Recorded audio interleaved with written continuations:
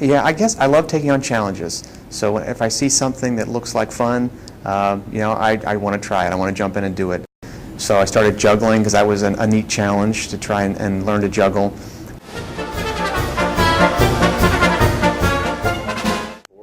Yeah, 3 children, 4 and under, yes. So Allison's 4 and Emily's 2, and now we have New and Justin, who's 6 months. Definitely demanding. It changes your life, but it is really wonderful. I met Karen here at UD. A lot of people know Karen, actually. She was the contract specialist up in the electro-optics office. Sailing takes me away to where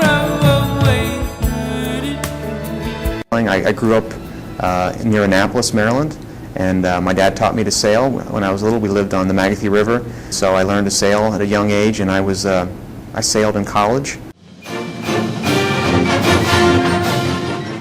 When I was looking for a job, I knew I wanted a teaching job. My dad is a professor to this day, actually, still at Johns Hopkins University.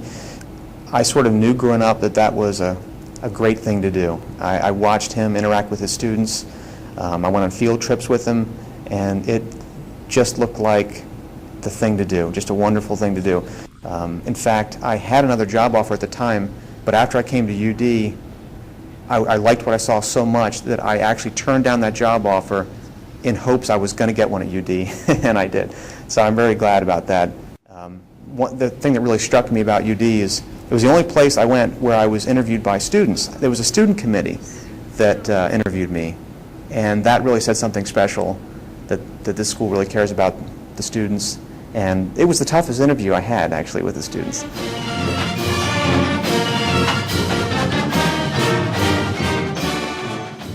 My main emphasis is project-based learning.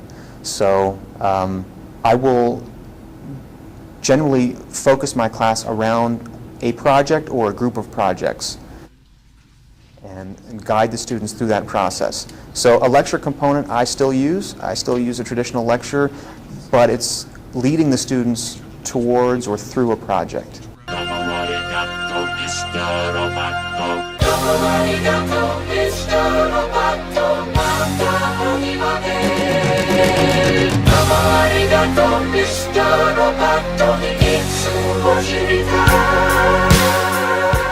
Now, I grew up loving Legos, and today's Legos are not the Legos that I grew up with. Today's Legos have microcomputers or microcontrollers in them. And what a fun way to learn to program is not just write a program to, say, integrate a function, which is sort of the classic thing that most people start off with. I know I did. But instead of that, how about writing a program that makes a robot seek out a candle, avoid obstacles, and extinguish the candle? UD students build a robot that could someday save lives. As Dan Edwards reports, this project taught lessons that are invaluable when every second counts. Imagine being able to maneuver through a burning building, locating and extinguishing a fire, all without risking a life. Well, that's exactly what University of Dayton engineering students Brian Smith and Sean Sletton have been challenged to do, only their fire-eating robot is made of Legos.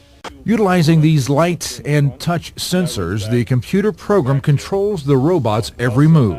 We transfer that information into the computer here through an infrared transmitter, and that stores the information in the computer on the unit, and then from there you run the program and it carries out its tasks.